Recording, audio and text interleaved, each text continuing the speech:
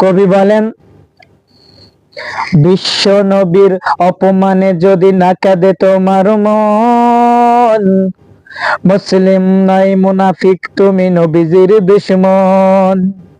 বিশ্ব নবীর অপমানে যদি না কাঁদে তোমার মন, মুসলিম নাই মুনাফিক তুমি নবীজির দুশমন।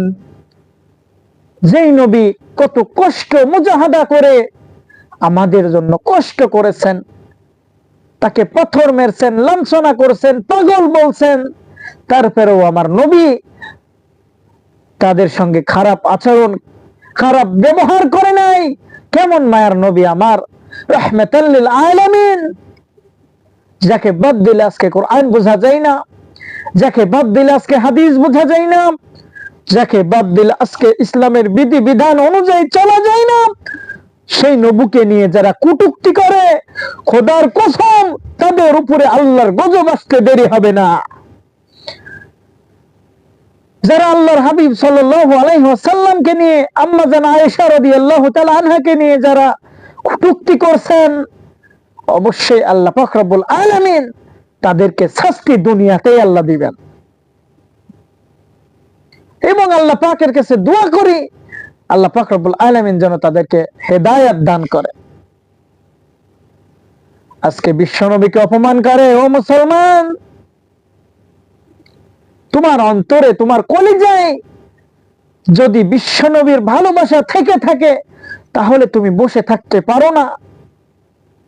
আজকে হাই আফসোস, আমরা মুসলমান, আজকে আমার নবীকে অপমান করা হয়, বাজে মন্তব্য করে আমার হাবিবকে নিয়ে, যে রসুলকে বাদ দিলে আজকে আমরা ইসলামের অনুকরণ করতে পারি না।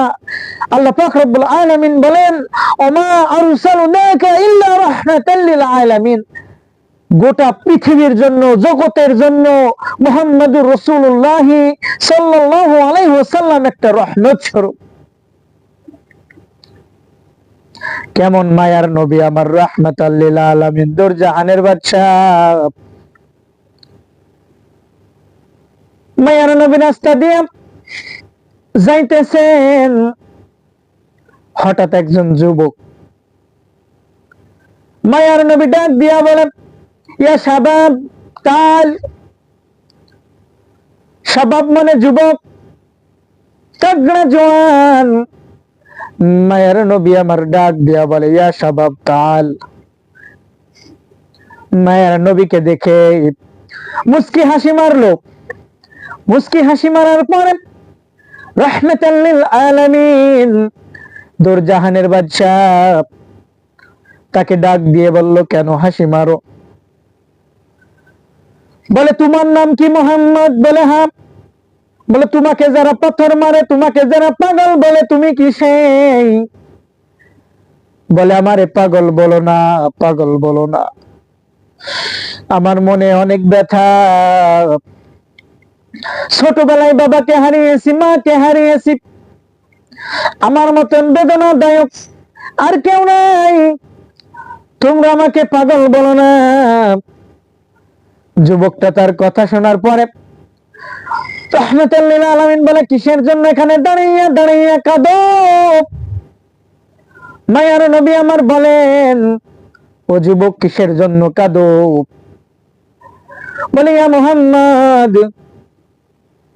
তখন সেই যুবক ইহুদি আছে, এই জন্য নবীকে ডাক দেয়, ইয়া মুহাম্মদ, আমার খেজুর গাছ থেকে খেজুর দিলাম, ব্যবসা করি, খেজুর নিয়ে চলে গেছে, ঠকাইছে, দিরহাম দেয় না।